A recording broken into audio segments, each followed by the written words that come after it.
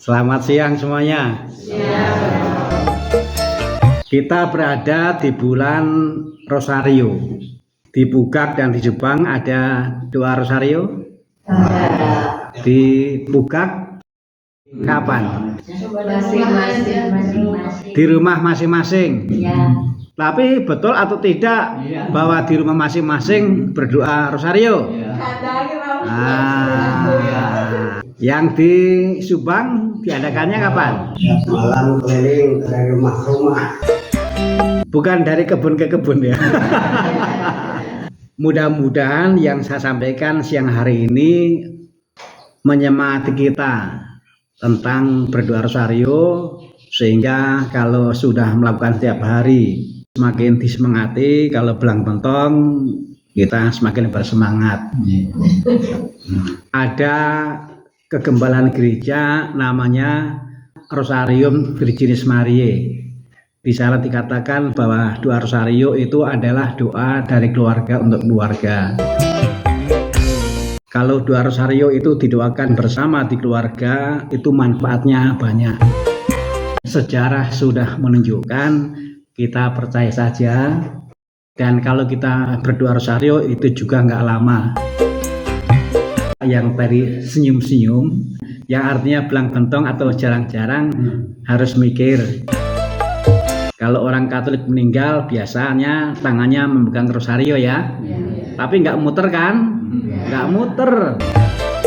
Kalau Rosario kita itu nggak pernah muter, berarti kita seperti orang yang mati itu.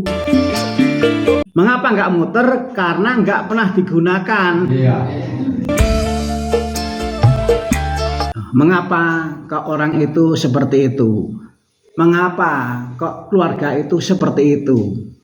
Mengapa suami istri itu seperti itu? Oh, jangan-jangan karena dia jarang atau nggak pernah berdoa Rosario. Itu pertama. Lalu yang kedua, apa yang kita renungkan di sana ketika kita berdoa Rosario?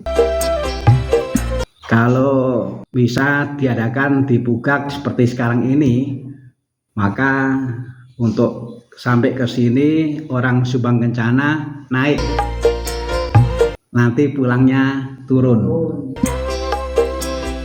Kalau misa itu diadakan di Subang Kencana, maka orang Bugak berangkatnya turun, pulangnya naik. Apakah misa itu diadakan di Bugak maupun di Jombang pada dasarnya sama? Semuanya akan melewati jalan naik, juga melewati jalan turun. Orang Katolik itu harus naik, matanya harus memandang ke atas, dan kita melihat Yesus.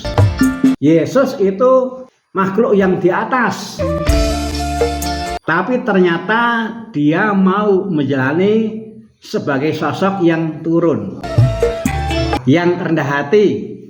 Dan sikap rendah hati Yesus itu tercermin di dalam peristiwa-peristiwa dalam doa Rosario. Ada peristiwa gembira, ada peristiwa terang, ada peristiwa sedih, ada peristiwa mulia. Di sini kita melihat Yesus yang berjalan turun, Yesus yang merendah, dan ternyata sikap seperti itu berkenan. Maka kemudian peristiwa yang terakhir dari Rosario adalah peristiwa mulia. Yesus naik, tapi sebelum naik dia turun.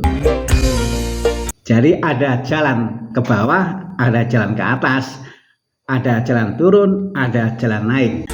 Nah, jadi kalau kita berdoa Rosario, sebenarnya kita itu merenungkan mengenai seperti inilah kalau orang itu mah hidup mulia.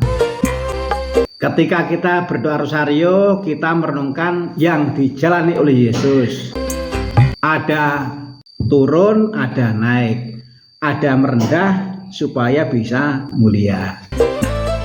Hidup harus ditandai dengan itu. Orang mengatakan, wah itu keluarga Katolik, kok hebat, apa ya rahasianya?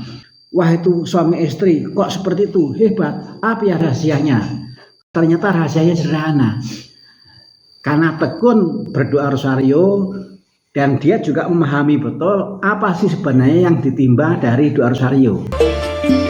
Turun karenanya naik. Merendah karenanya mulia.